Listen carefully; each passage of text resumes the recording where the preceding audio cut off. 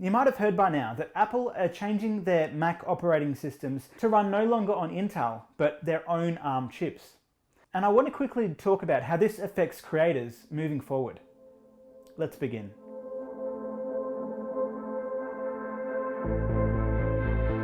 So last week was WWDC, where Apple announced all their updates to all their operating systems, whether this be iOS, iPadOS, watchOS, or macOS.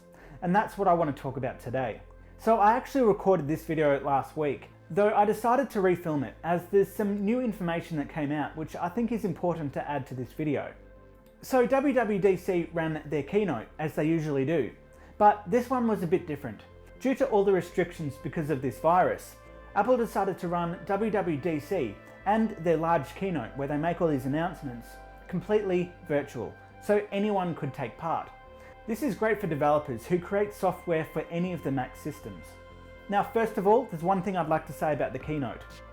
Apple, well done.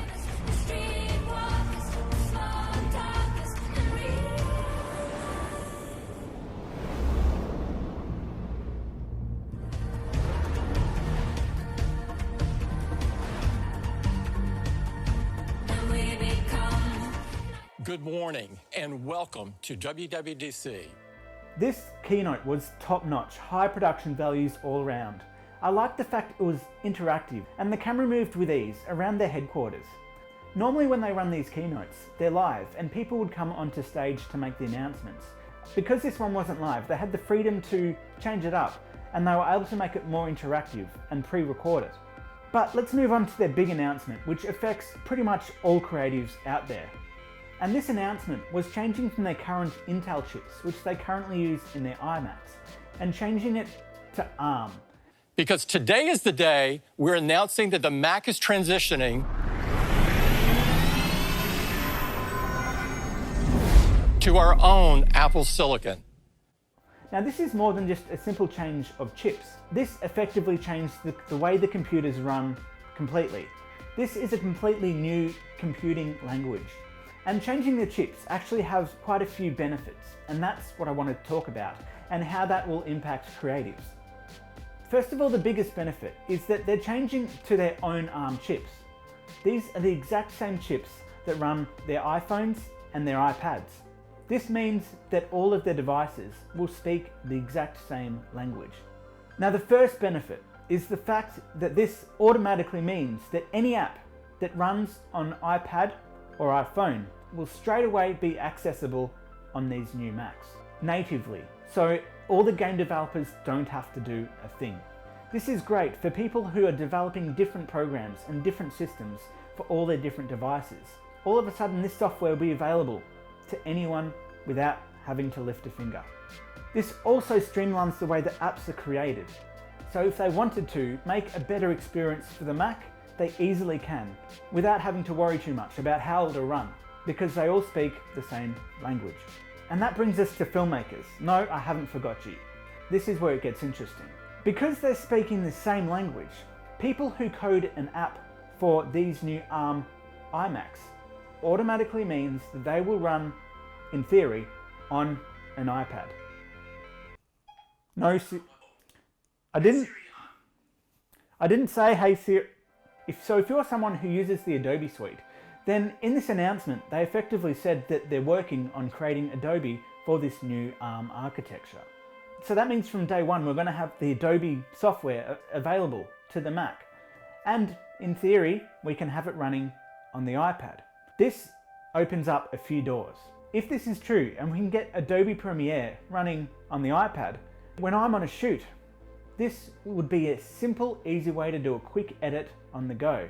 Using laptops, even though they're great, can be clunky and you always have to find somewhere to sit down and rest it to be able to work on it. But having an iPad will streamline that whole thing.